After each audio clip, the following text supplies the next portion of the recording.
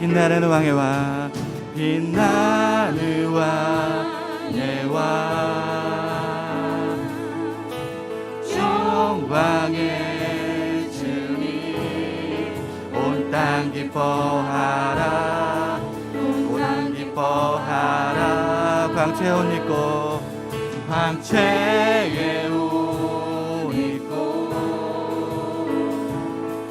어둠을 물리쳐 저 원수는 떠내, 저 원수는 떠내. 위대하신 주, 위대하신 주, 찬양의 위대하신 주, 모두 알게 되리라. 위대하신 주, 영원한 주주, 영원한 주의 주, 시간의 주관자, 시간의 주관자, 알파와 오메가, 알파와 오메가, 알파와 오메가, 삼위의 하나님, 삼위의 하나님, 아바 성령 예수, 아바 성령 예수, 사자와 어린 양, 사자와 어린 양, 위대하신 주, 위대하신 주, 찬양의 위대하신 주, 모두 알게 되리라. 위대하신 주, 위대하신 주,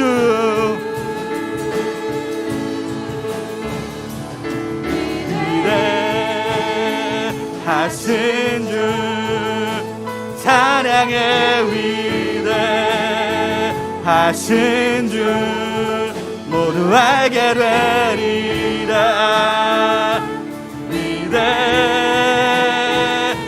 위대하신 주,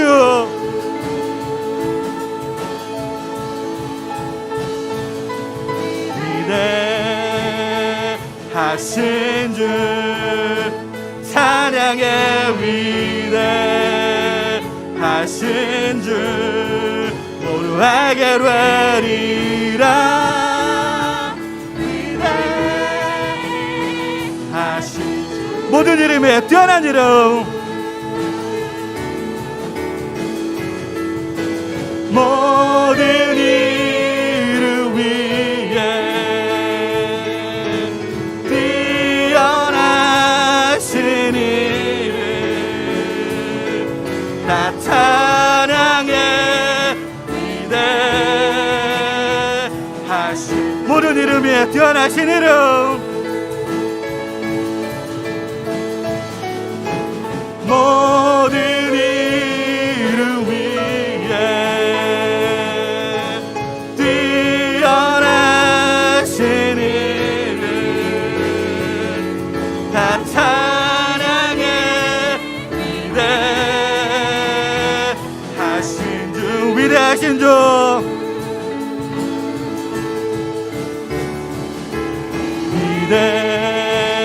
위대하신 주, 찬양의 위대하신 주, 모두 알게 되리라. 위대하신 위대하신 주,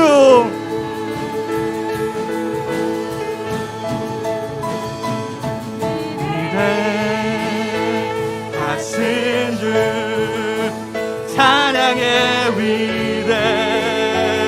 위대하신 주, 모두 알게 되리라.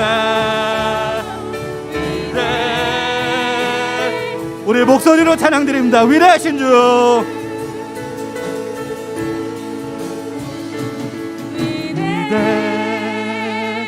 위대하신 주, 찬양의 위대하신 주, 모두 알게 되리라. 위대하신 주, 위대하신 주,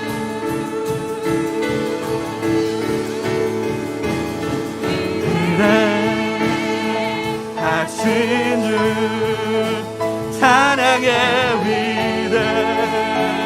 위대하신 주, 모두 알게 되리라. 위대하신 주,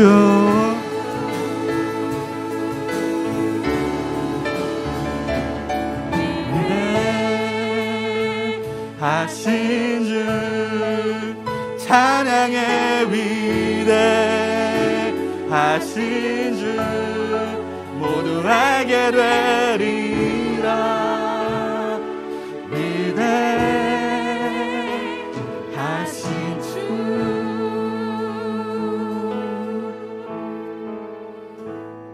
아멘.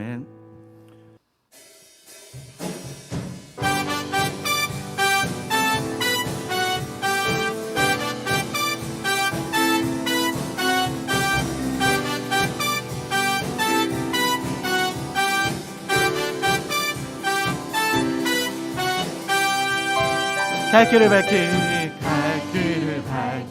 보이시니 주 앞에 빨리 나갑시다.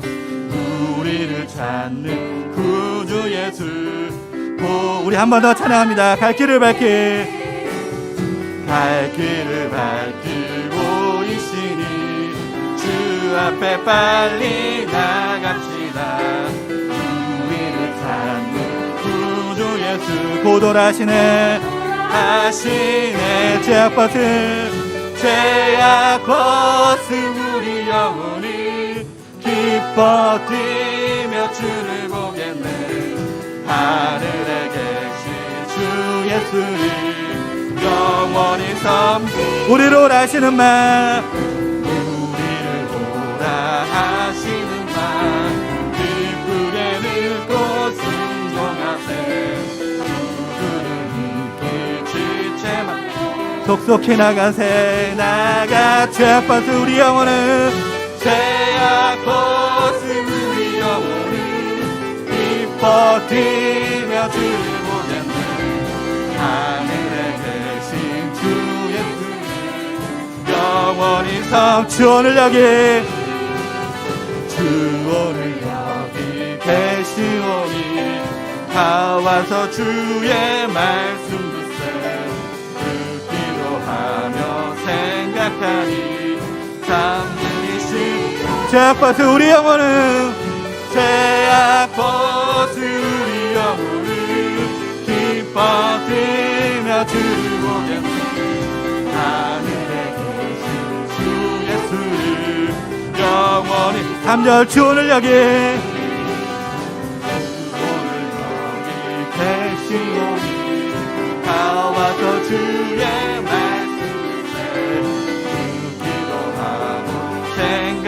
참 진리시로다. 시로 죄악 벗은 우리 영혼을 기뻐 뛰며 주를 보내. 하늘에 계신 주 예수님 죄악 벗은 우리 영혼은,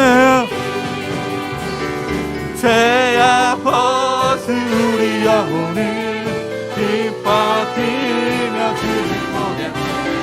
하늘에 계신 주 예수님 주의 음성을 내가 들으니, 주의 음성을 내가 들으니 사랑한단 말이 믿는 마음으로 주께 가오니 나를 영접하소. 내가 매일 십자가 앞에 더 가까이 가오니 그새 주의 흘린 봄의 비로소 나를 정케 주여 넓으신 은혜 베푸사 나를 바라주시고 나의 품을 뜻 주의 뜻같이 되게 하여 주소. 내가 매일 십자가 앞에 더 가까이 가오니 그새 주의 흘린 봄의 비로소 나를 정케 우리 주의 보좌로 나갈 때 어찌하니 기쁠까. 주의 얼굴을 항상 배우니 더욱 친근합니다. 내가 매일 십자가 앞에 더 가까이 가오니 그대 주의 흘린 봄의 비로소 나를 정케 우리 구주의 넓은 사랑을 증량할 자 없을 주가 주시는 참된 기쁨도 헤아릴 수 없. 내가 매일 십자가 앞에 더 가까이 가오니 그새 주의 흘린 봄의 비로소 나를 내가 매일 십자가 앞에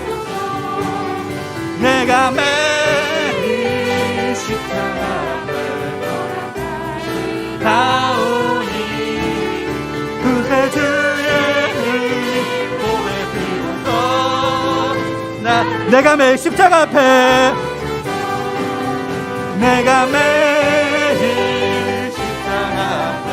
더 가까이 가오니 그새 주의 흘린 봄의 비로소 나를 정케 하소서. 내가 매일 십자가 앞에 더 가까이 가오니 그새 주의 흘린 봄의 비로소 나를 정케 하소서.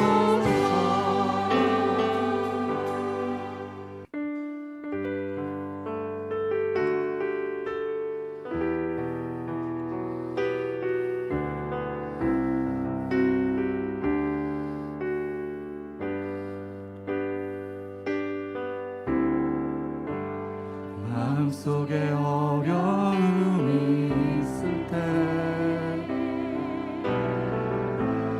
마음속에 어려움이 있을 때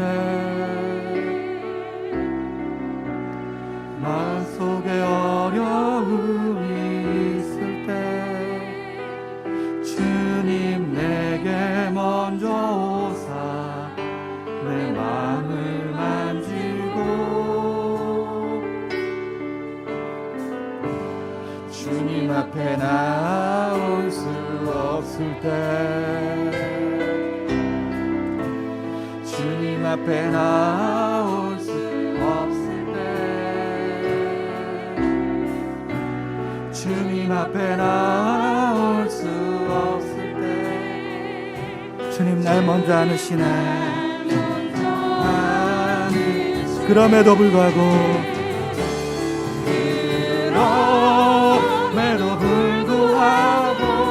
날 사랑하시는 내 하나님 내 사랑은 나의 모든 걸 덮고 그럼에도 불구하고 날 알아주시네.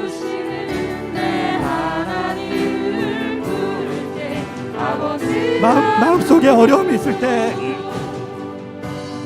마음속에 어려움이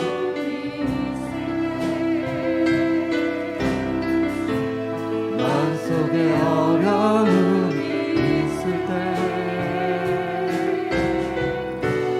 마음속에 어려움이 있을 때, 주님 내게 먼저 오사 내 마음을 가지고 주님 앞에 나올 수 없을 때, 주님 앞에 나올 수 없을 때, 주님 앞에 나올 수 주님 날 먼저 안으시네. 주님 날 먼저 그럼에도 불구하고 그럼에도 불구하고 날 사랑하시는 내 하나님의 사랑이 나의 모든 걸 덮고 그럼에도 불구하고 날 안아주시는 내 하나님을 부를 때 아버지 그럼에도 불구하고 그럼에도 불구하고 날 사랑하시는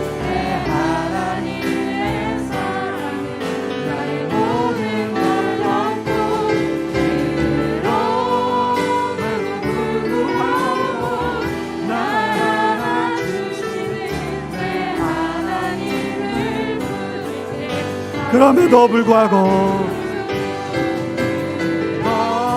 그럼에도 불구하고 날 안아주시는 내 하나님을 부를 때 그럼에도 불구하고 날 사랑하시는 내 하나님의 사랑은 나의 모든 걸 덮고 그럼에도 불구하고 날 안아주시는 내 하나님을 부를 때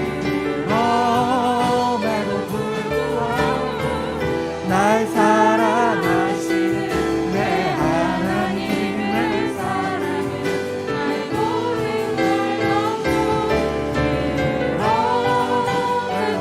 걸 덮고 그럼에도 불구하고 날 안아주시는 내 하나님을 부를 때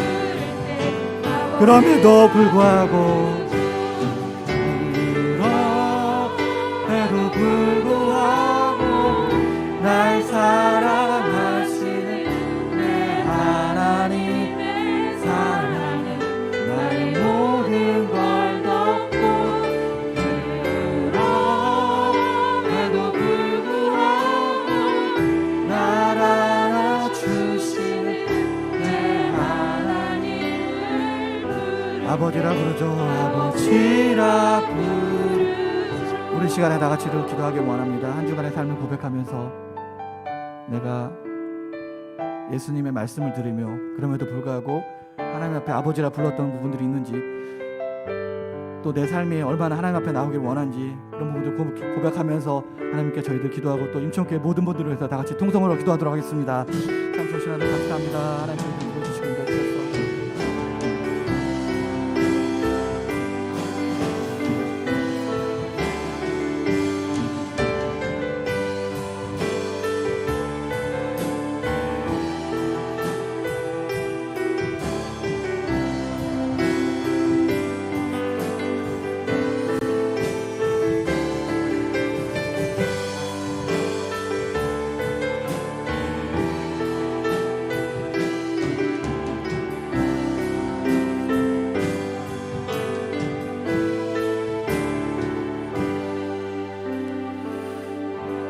참 사랑의 하나님 감사합니다. 하나님 저희들 또 한 주간의 삶을 고백하면서 또 이렇게 하나님께 참여 기도 드렸습니다. 하나님 저희들 그러나 늘 하나님을 찬양하게 해주시고 그럼에도 불구하고 하나님을 찾는 그런 저희들의 신앙이 될 수 있도록 인도해 주시옵소서.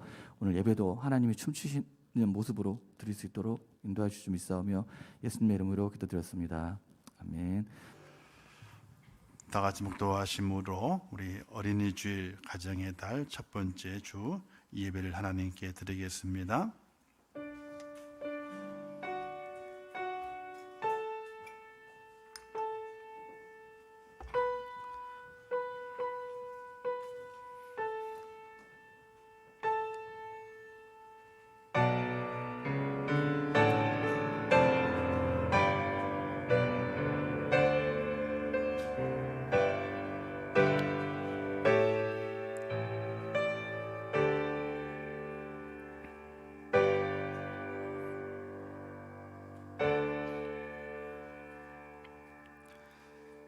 너희 권능 있는 자들아 영광과 능력을 여호와께 돌리고 돌릴지어다. 여호와께 그의 이름에 합당한 영광을 돌리며 거룩한 옷을 입고 여호와께 예배할지어다. 아멘. 자비로우시고 내로우신 하나님 아버지, 창세전에 죄를 불러주시어서 하나님의 자녀 삼아주시고 우리의 모든 죄를 속량하사 하나님의 자녀 천국 백성 되게 하심으로 오늘 거룩한 주일을 지키고 주의 전에 올라와 예배할 수 있도록 은혜 베푸심을 참으로 감사합니다. 이곳에 함께 하옵소서. 모든 심령들마다 하나님의 영을 부어주시어서 주님 앞에 온전히 세워지게 하시고 참 예배자의 모습으로 하나님의 영광을 드러낼 수 있도록 은혜를 베풀어 주옵소서. 이 예배 가운데 함께 하실 것을 믿습니다. 또한 5월은 가정의 달입니다. 우리의 가정 모두가 다 하나님을 경외하며 주님 앞에 세워지는 복을 받을 수 있도록 은혜 허락하여 주옵소서. 예수님의 이름으로 기도하옵나이다. 아멘.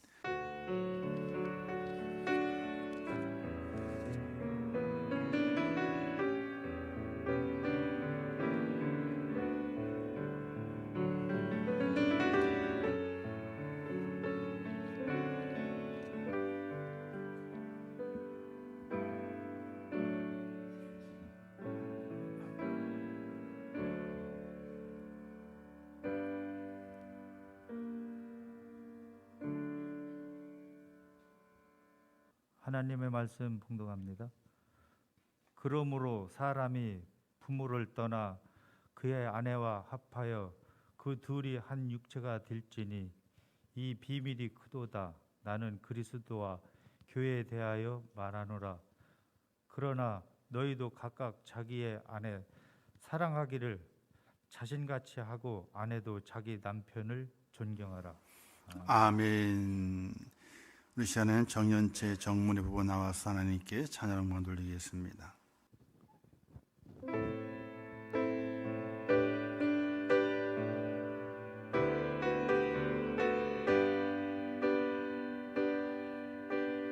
나의 가는 길 주님 인도하시네. 그는 보이지 않아도 날 위해 일하시네. 주 나의 인도자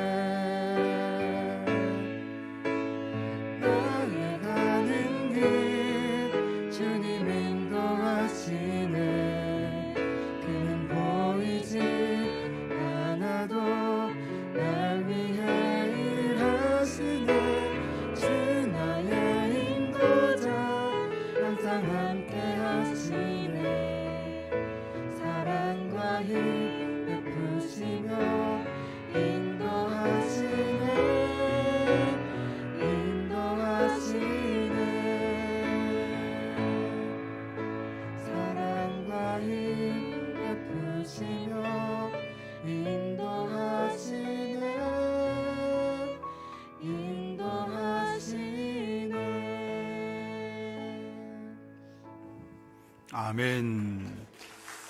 감사합니다. 기도하겠습니다. 하나님 아버지, 은혜를 감사합니다. 저희를 사랑하셔서 오늘 거룩한 성일 주의 존재를 불러주시고 하나님 앞에 우리의 몸을 보이면서 예배할 수 있도록 은혜 베푸심을 감사합니다. 하나님, 이곳에 임재하시옵소서. 우리의 빈 마음을 채워주옵소서. 우리 연약한 마음을 강하게 붙들어 주시옵소서. 상처받고 또 질병 속에 있는 이들에게 하나님의 권능을 부어 주시어서 모든 질병이 물러가게 하시고 모든 아픔도 물러가게 하시고 주 안에 승리하는 축복자가 될 수 있도록 하나님 도와주시기를 원합니다. 아버지, 바로 고낚이는 하나님께서 사랑하시는 우리 한인석 원로 장로님, 그렇게 하나님의 사랑의 은혜를 베풀어 주시어서 잘 낫게 하시고 또 걷게 하시고 이제 하나님 회복시켜 주심을 참으로 감사합니다. 더욱더 그 남은 생애 동안에 하나님의 기쁨이 될 수 있도록 은혜를 베풀어 주시옵소서. 그러나 우리 강소장 원사님 병환 중에 어려운 가운데 있습니다. 하나님이여 치료하여 주시옵소서. 샘을 불어넣어 주시옵소서. 주의 성령의 불로 그 악한 것들 다 죽여주시고 하나님 아버지, 그를 더욱더 온전케 만드사 주의 전에 올라와 하나님을 예배할 수 있는 그 은혜를 허락해 주시고 건강을 허락하여 주시옵소서. 아버지 하나님이, 오늘은 5월달은 가정의 달입니다. 우리의 가정이 복받는 가정이 되고 하나님 안에 하나가 되는 가정이 되고 우리의 가정의 모든 삶이 주님의 이끌림을 받는 복되는 가정이 되기를 원합니다. 그런 가정이 되길 위해서 함께 기도하고 함께 협력하며 하나님의 말씀을 나누는 가운데 주님의 진리의 길을 발견할 수 있도록 은혜를 허락하여 주옵소서. 이제 아버지 하나님 말씀을 나누겠습니다. 주의 성령이 함께 하시고 이 말씀 가운데 주의 능력으로 저희를 붙잡아 주시옵소서. 예수님의 이름으로 기도하옵나이다. 아멘. 할렐루야. 모르는 가정의 달입니다. 우리 임천의 모든 가정들이 주님 안에 기쁨과 은혜가 넘치고 하늘의 복을 받아 가시면서 하나님의 이끌림을 받는 그런 축복되는 가정 꼭 되시기를 주님의 이름으로 축원합니다. 오늘은 이제 어린이 주일로 지키는 날인데 100회가 된다 그럽니다. 5월 5일 어린이날이 100회가 되는 날이라고 그럽니다. 1925년 5월 1일 날 우리 이제 어린날로 방정환 이제 선생님께서 어린이날을 지켜야 된다. 이래 시작된 것이 이제 해방 후에 5월 5일 이렇게 해서 이제 어린이날이 지켜지게 된 것이게 되죠. 요즘은 참 어린아이들이 보기가 참 많이 힘듭니다. 결혼을 늦게 하게 되고 그러다 보게 되니까 어린아이를 이제 우리가 보기 힘들게 되는 경우가 많이 있는데 시골에는 뭐 아예 울음소리는 아예 없고요. 아예 없고 또 자녀를 많이 낳지 않아서 지금 한 가정당 0.87%인가요? 0.87명 한 가정에 한 명이 안 되는 거예요. 한 명이 안 되는 거예요. 그런 시대를 맞이하게 될 때에 이거는 사실은 재앙이에요. 재앙. 생육하고 번성하라 말씀하신 하나님의 그 말씀이 이루어져야 되는데 그것이 이루어지지 않기 때문에 인류를 향한 재앙이라고 볼 수 있게 되는 겁니다. 그래서 우리 젊은이들은 그러죠. 아이를 많이 낳아 그러면 싫어한다 그래요. 왜? 힘드니까. 근데 세상에 이런 말이 있지 않습니까? 태어날 때는요, 뭐라고, 어떻게 태어난다고요? 자기 먹을 것 가지고 태어난다. 이런 말이 있어요. 그 옛날에는 더 어려웠거든요. 더 힘들었거든요. 그럼에도 불구하고 그 아이들이 어려움 속에 잘 자라서 이 나라를 지금까지 일구 왔단 말입니다. 그렇기 때문에 오늘 이 시대에 우리 모두도 이를 위해 기도를 많이 해야 되고 젊은 가정들이 하나님의 은혜 가운데 정말로 다복하는 가정 그리고 아름다운 가정을 만들어 가도록 기도해 줄 수 있는 우리 기성의 모든 성도가 되시기를 주님의 이름으로 축원합니다. 저도 책임지지 못할 말이지만은 한 가정당 셋은 낳아야 돼요. 저는 둘밖에 안 낳았지만은 왜 둘밖에 안 낳느냐? 저는 꼭 셋을 낳고 싶었거든요. 아니면 4명까지. 그런데 2번 수술을 해가지고 그 당시 의사들이 다음을 못 낳습니다. 못 낳습니다. 2번 수술했기 때문에 못 낳습니다. 이러는 바람에 이제 그렇게 된 것인데, 어쨌든 다복하는 가정이 참 보기가 좋습니다. 힘들 때는 키울 때는 어렵지만은 조금은 키우고 난 다음에는요, 그 가정이 참 보기가 좋거든요. 어쨌든 뭐 시대가 시대니만큼 권장 이렇게 하라, 이제 권유할 거는 아니라 그러잖아요, 그렇죠? 맡기라고 하는 것인데, 그러나 점점 인구가 줄어들어 하게 되면은 이걸 재앙이라고 그러게 됩니다. 재앙이라고. 그래서 인류가 살아가고 이 나라가 살아가는데 우리가 많은 어린 아이들이 탄생이 되면 좋겠다 하는 그런 기대감을 가지게 됩니다. 자, 철학자이자 신학자인 이디스 셰퍼는 이런 말을 했습니다. 가정이란 무엇인가? 라는 책에서 가정은 인간이 태어나서 성장하는 곳이다. 가정은 가족들의 피난처여 보금자리다. 가정은 사람에게 필요한 돈을 벌고 쓰는 곳이다. 가정은 문화를 창조하는 중심지이다. 가정은 인간 생활의 가장 귀중한 것들을 많이 기억하게 하는 기억의 박물관이다. 그리고 가정은 영원한 인간관계가 형성되고 출발하는 곳이다.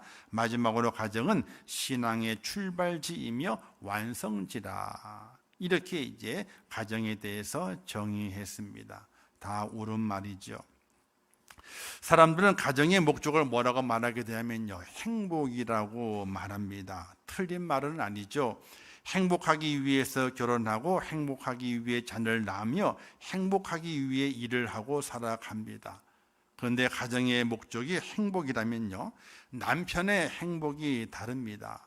아내의 행복도 다르죠. 그리고 부모의 행복이 다르고 자녀의 행복이 다릅니다.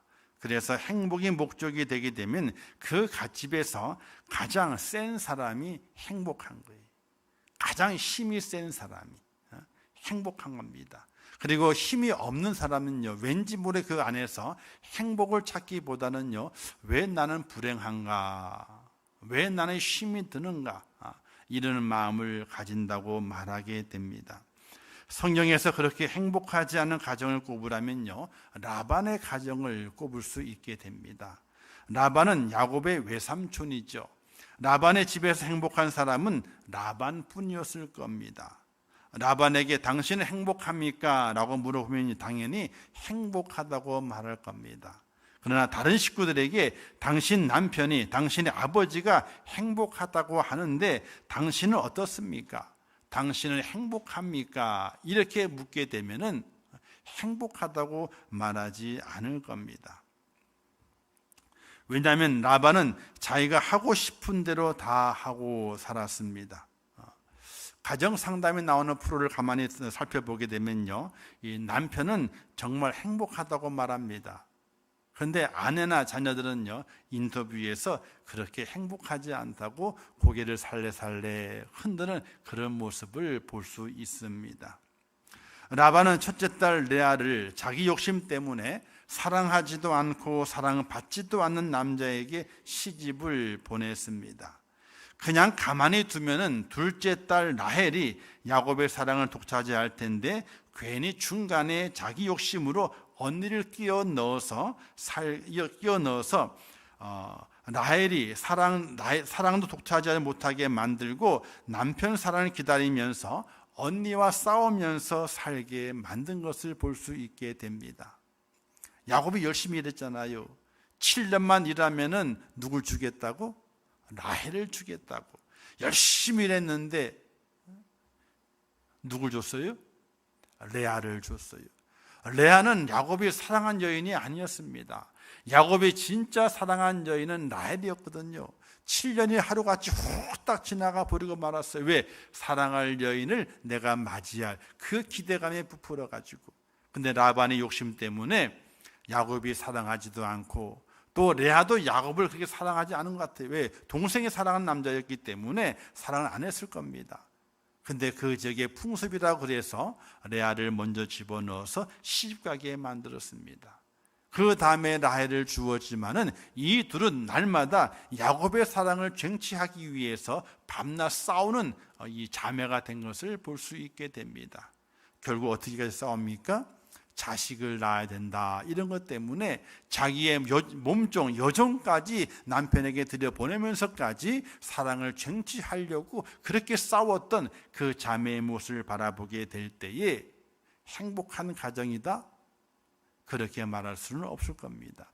다만 라반은 자기의 욕심을 채웠기 때문에 야, 나는 행복해, 나의 재산이 많이 늘어났어 라고 행복해 할지 모르겠지만은 자기의 사랑하는 그 두 딸은 행복하지 않았던 겁니다. 또한 조카이고 사위인 야곱을 부려먹게 될 때에 임금을 10번씩이나 바꿔요. 이렇게 주고 약속했지만은 그 임금 주는 것을 바꿔버리게 됩니다. 얼마나 그 생활이 힘들었으면은 야곱과 그의 아내들이 야밤 도주하듯이 아버지의 집을 도망쳐 나와서 야곱의 고향으로 향했을까요? 라반의 그 가정을 가만히 살펴보게 되면은 사실은 라반은 혼자만 행복했고 자기의 욕심을 채웠기 때문에 기뻤을 겁니다. 그러나 야곱도 힘들었고 거기에는 두 딸도 그리고 두 여종도 힘이 들었을 겁니다. 왜? 야곱의 사랑을 쟁취하기 위해서 날마다 사랑 싸움을 해야 됐기 때문에 그랬습니다. 그러니 그 집에는 라반만 행복했고 다른 식구들은 행복하지 않았던 것이죠. 진정으로 그리스도의 세계 할 가정의 목적이 행복이 목적이 아니라 하나님이 주신 다른 목적이 있음을 오늘 우리는 기억하고 생각해 볼 수 있어야 됩니다. 하나님이 우리의 가정에 어떤 목적을 주셨는가? 그 목적은 오늘 제목에 있게 되죠. 거룩한 가정을 이루는 것이라. 거룩한 가정을 이루는 것이라. 오늘 성경 말씀을 보게 되면 가정의 비밀이 크다고 말씀하게 됩니다. 32절에 이 비밀이 크도다. 이 말씀은 가정이 담고 있는 영적 의미가 크다는 뜻입니다. 과연 가정에 어떤 비밀이 담겨져 있겠습니까? 오늘 우리의 가정이 한 사람 행복한 가정이 아니라 온 가족이 다 행복한 가정이 되려면 하나님을 주인 삼는 거룩한 가정이 되어야 합니다. 가정은 행복이 목적이 아니라 거룩이 목적이 되어야 됩니다. 거룩한 가정이 되어 참 행복이 있는 가정을 이루기 위해서 오늘 담긴 말씀의 비밀을 우리는 먼저 깨달아 볼 수 있어야 됩니다. 첫 번째 비밀은 하나됨의 비밀인 것입니다. 31절 말씀에서 그러므로 사람이 부모를 떠나 그의 아내와 합하여 그 둘이 한 육체가 될지니 이 비밀이 크도다, 이렇게 말씀하고 있습니다. 가정을 이루는 결혼은요, 하나님의 축복인 것을 말씀하게 됩니다. 믿는 사람이나 믿지 않는 사람이나 모든 결혼의 중매쟁이는 하나님이라, 이렇게 볼 수 있게 됩니다. 아담이 독초하는 것이 보기 좋지 않아서 하와를 만드시고 아담의 배필로 주셨습니다. 오늘의 많은 남녀가 만나고 헤어지게 됩니다. 그 수많은 만남과 헤어짐 속에 부부의 인연이 이루어진다고 말하게 됩니다. 그래서 노사연의 만남이라는 노래 가사를 보게 되면 우리의 만남은 뭐가 아니라고요? 우연이 아니라고 합니다. 그런데 우리가 서로 속이 상할 때에 이렇게 말씀하시는 어른들이 있으시더라고요. 믿음의 사람은 절대로 그런 말 하면 안 돼요. 근데 안 믿는 어른들이 속이 상할 때에 남편을 향해서 이렇게 얘기하더라고요. 전생에 원수가 부부로 만난다더니 내가 무슨 죄를 많이 지어서 저 인간을 만났을까? 우리 믿는 사람 얘기 아니에요.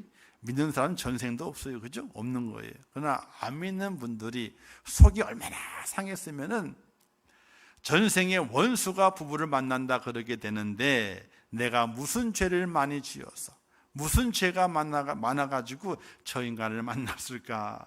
이렇게 한다고 합니다. 저도 그런 얘기 들은 적이 있어요.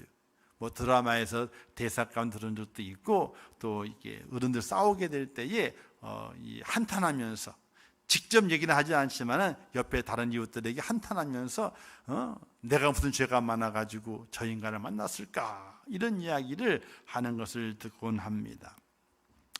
결혼은 절대로 우연이 아닙니다. 필연입니다. 근데 그 필연은 어떻게 이루어지게 된 것인가? 하나님으로부터 이루어졌다는 사실이, 우리의 모든 가정의 비밀, 남녀가 만나서 결혼해서 부부가 되는 그 비밀은요, 우연이 아닙니다. 그렇다고 해서 세상에 연이 많아가지고 그런 것이 아닙니다. 하나님께서 그 남녀를 짝지어서 가정을 만드시게 하시고 그 속에서 부모가 되게 만드시는 하나님의 은혜가 있다는 사실을 믿으시기를 주님의 이름으로 축원합니다. 그래서 마태복음 19장에 이렇게 말씀했습니다. 예수께서 대답하여 이르시되 사람을 지으신 이가 본래 그들을 남자와 여자로 지으시고 말씀하시기를 그러므로 사람이 그 부모를 떠나 아내에게 합하여 그 둘이 한 몸이 될지니라 하신 것을 잃지 못하였느라 그런즉 이제 둘이 아니여 한 몸이니 그러므로 하나님이 짝지어 주신 것을 사람이 나누지 못할지니라 이렇게 말씀하시면서 하나님이 짝지어 주신 것을 이렇게 말씀하게 돼요. 이것은 믿는 사람에게 해당되는 것이 아니라 모든 사람에게 해당되는 겁니다. 남녀의 만남은 우연이 아닙니다. 하나님의 특별한 계획 속에 만나게 하셨고 그들로 하여금 부부가 되게 하셨고 가정을 만드신 이 비밀을 우리가 날마다 확신 있게 우리의 마음에 새기면서 우리의 만남은, 우리 부부의 만남은 우연이 아니라 하나님께서 짝지어 주신 것이라, 이런 믿음 가운데 세워지는 축복자가 되시기를 주님의 이름으로 축원합니다. 두 번째 가정의 신비한 비밀은 생명의 탄생이 있습니다. 세상에서 가장 신비로운 것이 있다 그러면 다른 것이 아니라 생명이 탄생하는 것입니다. 어린 시절 때 제가 살 때에 집에 어항이 있었습니다. 어머님이 화초 키우는 거 좋아하시고 화초도 잘 키우세요. 새끼를 잘 만들어 이렇게 해요. 그리고 어항에다가 열대어를 키웠습니다. 열대어는 알을 낳게요, 새끼를 낳게요? 열대어 물고기인데 새끼를 낳겠습니까? 알을 낳겠습니까? 종류마다 조금이 틀린데요. 저희 집에도 길렀던 열대어는요, 알을 낳지를 않아요. 새끼를 낳아요. 신기하죠? 열대의 배가 좀 거무스름하게 돼요. 그러면 어머니 하시는 말, 저놈 봐라, 임신했네. 임신했네. 알 뱉네. 그래가지고 점점 검은기가 짙어지게 될 때 있잖아요. 다른 조그마한 수족관 하나 집어넣습니다. 그게 뭐냐면 분만실이. 보다가 그 고기를 딱 집어넣어요. 그리고 조금 며칠 지나게 되면요, 뭐가 생겼어. 저게 뭔가 가만히 보게 되니까 이 새끼가 생긴 거예요. 근데 어떻게 난 줄 아세요? 배에서 알이 똑 떨어져요. 근데 알 같아. 근데 알이 아니에요. 똑 떨어지자마자 몸을 팍 그러니까 쫙 펴져요. 가지고 헤엄치고 다니는 거야. 그걸 보고 있느라면요, 얼마나 재미있는지 몰라요. 근데 그것도 사람 보고 있을 때는 잘 안 나. 밤중 하룻밤 하잖아요. 엄청나게 많이 나. 한 번에 30마리 40마리 나니까 어떤 날은 갑자기 그 조그만한 수족관이 꽉 찰 때가 있어요. 분만실이 꽉 차요 그냥. 그때 얼른 어미를 꺼내줘야 된대요. 왜냐하면 잡아먹는데 먹인 줄 알고. 어쨌든 그 낳는 과정이 참 희한해요. 동그랗게 탁 튀어나오게 되는데 거기서 쫙 풀어지면서 이 새끼가 딱 되는 거예요. 얼마나 신비로운지 모릅니다. 씨 뿌린 밭에 새싹이 올라오게 되죠. 씨에서 눈을 틔워서 고개를 듭니다. 무거운 흙더미를 헤치고 고개를 내밀며 올라오게 되죠. 이처럼 모든 생명이 탄생하는 것을 보게 되면 신비롭고 아름다운 것입니다. 특별히 사람에게서 생명의 탄생은 더욱 신비롭게 되죠. 10달을 몸속에 품고 있다가 죽을 힘을 다해 죽을 만큼 아픈 고통을 이겨내고 생명을 탄생시킵니다. 딱 태어났을 때에 묻는 말이 있대요. 뭐라고 묻냐면요, 누굴 닮았니? 옛날에는 손발 다 얘기하잖아요. 근데 요즘 그거 얘기하지 않고 누굴 닮았냐고 물어본답니다. 부모를 닮았죠. 또 할아버지 할머니를 닮습니다. 아무리 못 닮아도 발가락으로 닮아요. 은채가 제 발가락을 닮았어. 닮은 데가 있는가 찾아봐도 없는 것 같은데 딱 표가 나는 게 발가락을 닮았어. 야, 발가락을 닮네. 발가락 닮네. 신기하지 않아요? 아니, 아기를 낳았는데 할아버지 할머니를 닮아. 그걸 보면 얼마나 기뻐요. 한자나님 누구 닮았어요? 정구사님 닮으셨나? 자, 얼마나 신비롭습니까? 너무 신비로우니까 자랑하고 싶은 거예요. 옆에서 뭐라 그래요? 자랑하려면 돈 내놔. 돈 내놓고 자랑하라 그러잖아요. 너무 신비로우니까 자랑하려면 돈 내놓고 자랑해라. 이렇게 이야기를 하게 됐죠. 누가 이 신비로움을 가정에 부어주셨습니까? 바로 하나님께서 그 가정에 부어주시게 된 것입니다. 가정은 하나님의 최초로 만드셨습니다. 아담을 만드시고 그리고 독초하는 것이 좋지 않게 보여서 하와를 만드시고 하와와 아담을 짝지어 주어 부부가 되게 하시고 그를 통해서 생명의 신비로움을 경험하게 하여 인생의 그 무엇과도 바꿀 수 없는 기쁨을 주신 분이 바로 하나님이십니다. 이 비밀을 오늘 우리가 알고 있어야 됩니다. 그래서 가정 안에는 이와 같은 비밀이 있다. 하나님이 만나게 하셨고 하나님의 생명을 주어가지고 가정이 가정되게 만드셨다 하는 그 비밀을 날마다 깨닫고 살아가는 하나님의 사람이 될 수 있기를 주님의 이름으로 부탁을 드립니다. 그렇게 하나님 만드신 그 가정을 바라보게 될 우리는 하나님의 기쁨이 되는 가정으로 만들어 갈 수 있어야 됩니다. 나의 기쁨과 나의 행복이 아니라 그 가정을 만들어 주신 그 하나님 앞에 기쁨을 돌려드릴 수 있는 그런 가정이 되어야 됩니다. 그런 가정이 되기 위해서는 바로 우리가 거룩한 가정의 주인공이 되어야 됩니다. 어떤 가정이 거룩한 가정이냐? 구약에 보게 되면요, 욥의 가정을 만날 수 있게 되죠. 욥은 우리가 잘 알듯이 지금부터 약 4,000년 전의 사람입니다. 4,000년 전의 사람, 우스 땅에 거하게 되죠. 자, 그 거했던 이 욥은요, 아주 소와 말과 낙이 이런 것들이 아주 많았습니다. 부자였습니다. 동방에서 부자였습니다. 그런데 하나님을 경외하면서 그들이 믿음으로 살아가는 것을 우리에게 성경에서는 보여주고 있게 됩니다. 성경이 욥의 가정을 소개하게 될 때에 또 그를 소개하게 될 때에 그의 가지고 있는 부를 먼저 소개하지 않습니다. 그를 이렇게 소개하게 되죠. 우스 땅에 욥이라 불리는 사람이 있었는데 그 사람은 온전하고 정직하여 하나님을 경외하며 악에서 떠난 자더라. 이렇게 욥을 소개합니다.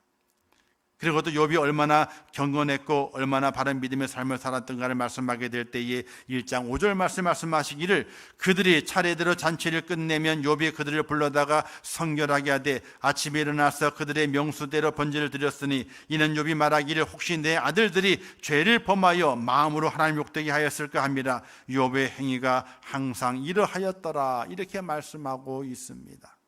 욥의 가정은 욥이 먼저 경건했습니다. 그리고 하나님을 바르게 섬겼습니다.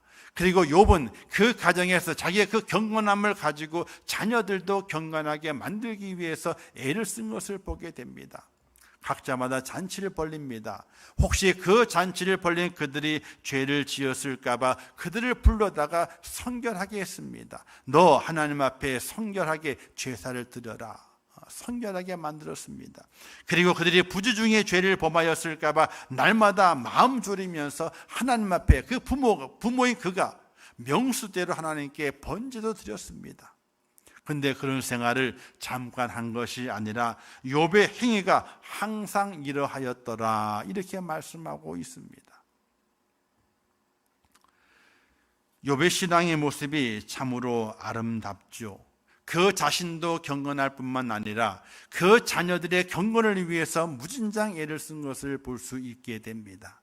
한 번만 그런 것이 아니라 항상 그러했다라고 말하게 됩니다. 바로 욥의 경건, 그 경건한 가정, 그 욥이 하나님 앞에 거룩한 가정의 모습인 것입니다. 경건한 그 가정에 어려움이 옵니다. 환난이 옵니다. 고통이 옵니다. 이루 말할 수 없는 저주와도 같은 일이 그 가정 속에 벌어지게 됩니다. 그러나 욥의 경건은 그 환난을 이겨내게 만들게 됩니다. 결국 하나님의 도우심과 하나님의 다시 주실 축복으로 말미암아 그 가정이 회복이 되고 그 온 식구가 회복이 되고 그의 재산이 회복이 되고 그의 이름이 회복이 된 것을 성경을 통해서 확인해 볼 수 있게 됩니다.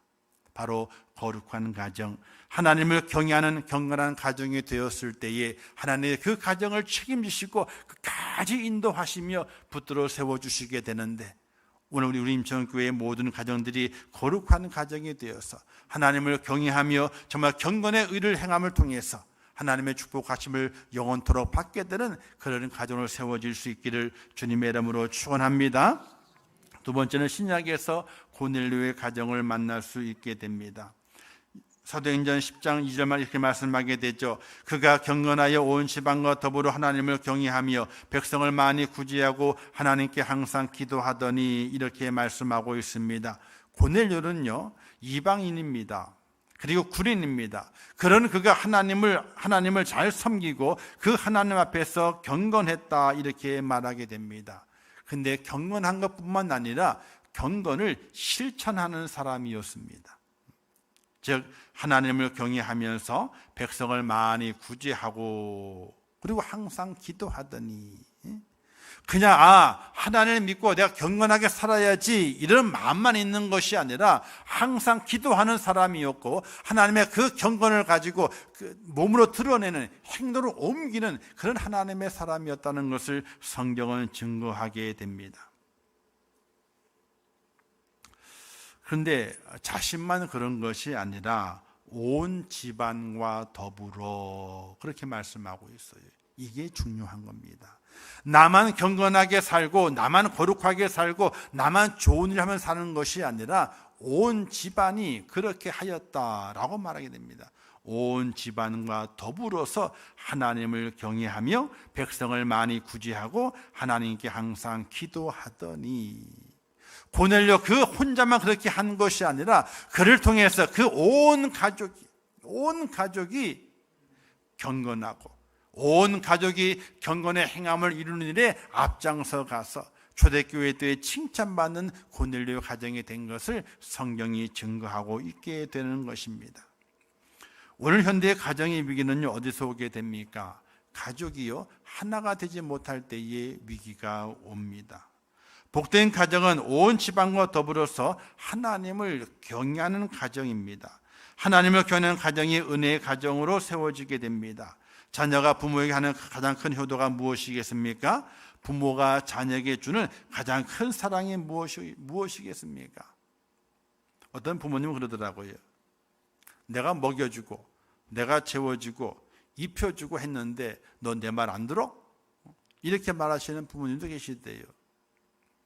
그러면 안 돼요. 그거는 누구나 하는 거예요. 오히려 나보다 더 좋은 곳에 더 좋은 곳으로 또 더 유명한 곳으로 먹여주고 재워주고 입혀주는 부모가 더 많을 수 있거든요. 절대로 그것 가지고 내가 부모다라고 유세하면 절대로 안 되는 거예요. 근데 간혹 지혜롭지 못한 부모님들이 그렇게 화날 때에 야, 내가 재워주고 입혀주고 먹여주고 다 했지, 이렇게 자녀에게 화를 내는 경우가 있다 그래요. 그건 전혀 지혜롭지 못한 부모의 모습인 것이, 그건 누구나 다 하는 것이고 더 잘하는 부모님이 많습니다. 부모에 대한 효도, 자녀에 대한 사랑은 다른 것에 있는 것이 아닙니다.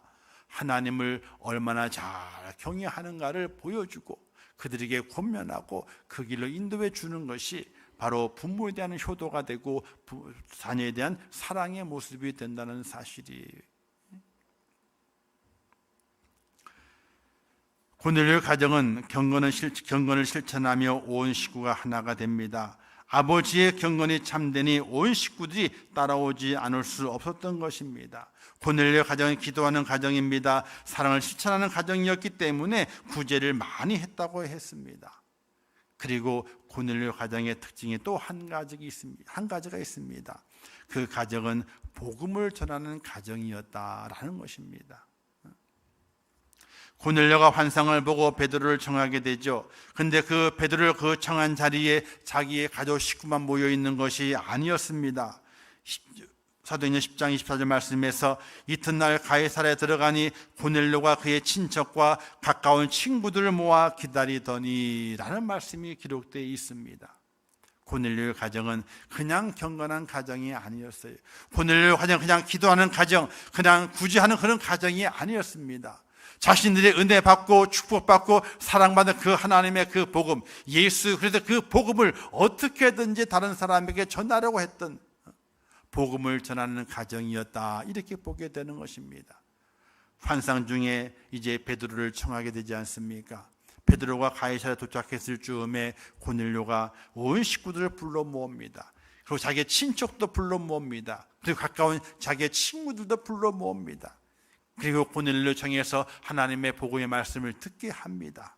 그 자리에 성령이 임해서 모든 이들이 방언으로 말하게 됩니다. 이것을 보고 베드로가 말하기를 이들이 이방인이지만 내가 이들에게 세례를 베푸는 것이 마땅하다라고 한 이후에 그들에게 세례를 베풀게 됩니다. 고넬료 가정, 복음을 전하는 가정, 죽은 영혼을 살리는 가정이 된 것을 볼 수가 있게 됩니다. 오늘 우리의 가정이 어떤 가정이 되어야 되느냐? 그렇죠. 하나님을 경외하는 가정이 되어야 됩니다. 그런 복을 받습니다. 욥과 같은 복을 받습니다. 그러나 거기에 머무르는 것이 아니라 내 가정 속에 주신 하나님의 은혜와 그 은총을 기억하면서 아직 그것을 알지 못하는 친척과 이웃들에게 내가 믿고 있는 예수 그리스도, 내가 받은 그 복을 전할 수 있는, 전해줄 수 있는 복음을 전하는 가정, 그 가정이 거룩한 가정이 된다는 것을 믿으시기를 주님의 이름으로 축원합니다. 가족 구원이 일어나고 친척 구원이 일어나고 이웃 구원이 일어나는 것이 바로 가정이라고 하는 것입니다. 이것이 바로 하나님 원하시는 거룩한 가정의 모범이 되는 것임을 우리가 깨달을 수 있어야 됩니다. 사랑하는 성도 여러분, 행복한 가정을 꿈꾸고 계시지요. 그런데 그 행복을 뛰어넘어서 조금 성숙한 거룩한 가정을 만들어 가시기를 주님의 이름으로 축원합니다. 하나님을 정말로 경외하는 가정이 거룩한 가정입니다. 그러나 거기에 머물러 있는 것이 아니라 경건의 그 능력을 가지고 기도와 구제를 통해서 사랑을 실천하는 가정이 되어야 됩니다. 이제 그걸 더 뛰어넘어서 내게 은혜를 허락해 주고 내게 복을 허락해 주는 그 하나님의 그 사랑과 그 구속의 은총을 전할 수 있는, 친척에게 전하고 이웃에게 전할 수 있는 복음을 전하는 가정, 복음을 외치는 가정, 죽은 영혼을 살리는 가정, 그 가정이 거룩한 가정이 된다는 것을 기억하시면서 이번 가정의 달을 보내시면서 우리의 가정은 하나님의 은혜 가운데 행복한 가정이라, 더욱 하나님을 경외하는 가정으로 우리가 성숙해지자. 그걸 또 더 뛰어넘어서 이제 내게 허락하신 그 행복과 그 축복을 우리만 간직하고 있는 것이 아니라 우리의 친척과 이웃에게 전해서 복음을 전하는 가정으로 거룩한 가정을 만들어 가자. 이런 결단과 결심과 기도를 통해서 하나님이 기뻐하시는 거룩한 가정을 꼭 만드셔서 마지막 때에 하나님의 인정을 받고 또 그 속에서 거룩의 향기를 품어냄을 통해서 우리의 가정을 통해서 구원받는 자가 많아지도록 애쓰고 힘쓰는 복된 가정이 되시기를 주님의 이름으로 축원합니다. 기도하겠습니다. 좋으신 아버지 하나님, 은혜를 감사합니다. 저희를 사랑하셔서 주님만에 세우시고 오늘도 귀한 말씀 허락하심을 참으로 감사합니다. 더욱더 믿음 안에 저희를 세워주시어서 우리의 가정이 하나님을 경외하는 가정 되게 하시옵소서. 또 하나님을 경외하며 주시는 은혜를 가지고 사랑의 실천이 있는 복된 가정이 되게 하시고, 그리고 우리에게 주시는 그 은총을 가지고 구원의 복음을 전하는, 영혼을 건지는, 영혼을 살리는 그런 가정이 되어서 거룩한 가정의 모습으로 하나님께 쓰임 받을 수 있도록 은혜를 더하여 주시옵소서. 예수님의 이름으로 기도하옵나이다. 아멘. 지금은 우리 주 예수 그리스도의 은혜와 하나님 아버지의 무한하신 사랑과 성령님의 감화 감동하시고 위로하시며 축복하신 은혜가 5월 가정의 달을 맞이해서 하나님 앞에 서원하면서 거룩한 가정이 되어 하나님을 경외하며 사랑의 실천을 이루며 또한 복음의 증인되는 삶을 통해서 하나님의 칭찬받는 거룩한 가정이 되기를 소원하는 우리 임촌교회 모든 순도들 머리 위에와 그들의 가정과 일터와 자녀들과 생업과 미래의 모든 소원들과 기도의 제목들 위에 또 온 세계 속에 복음을 전하시는 선교사들과 그 사역 위에 또한 이 나라 이 민족 위에 영원토록 함께 있을지어다. 아멘.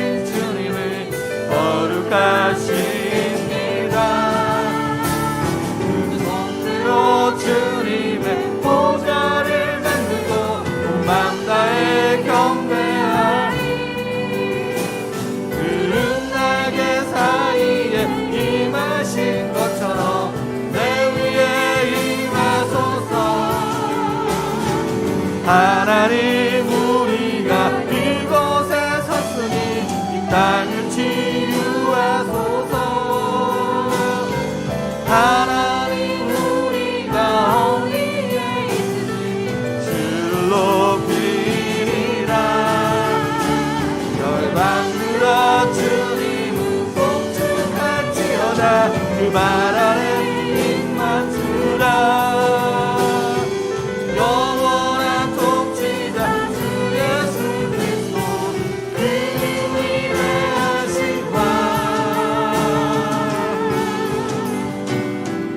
우리는 주의 움직이는 교회 이곳은 주님을 위한 자리 내가 위로하는 모든 땅 위에서 하나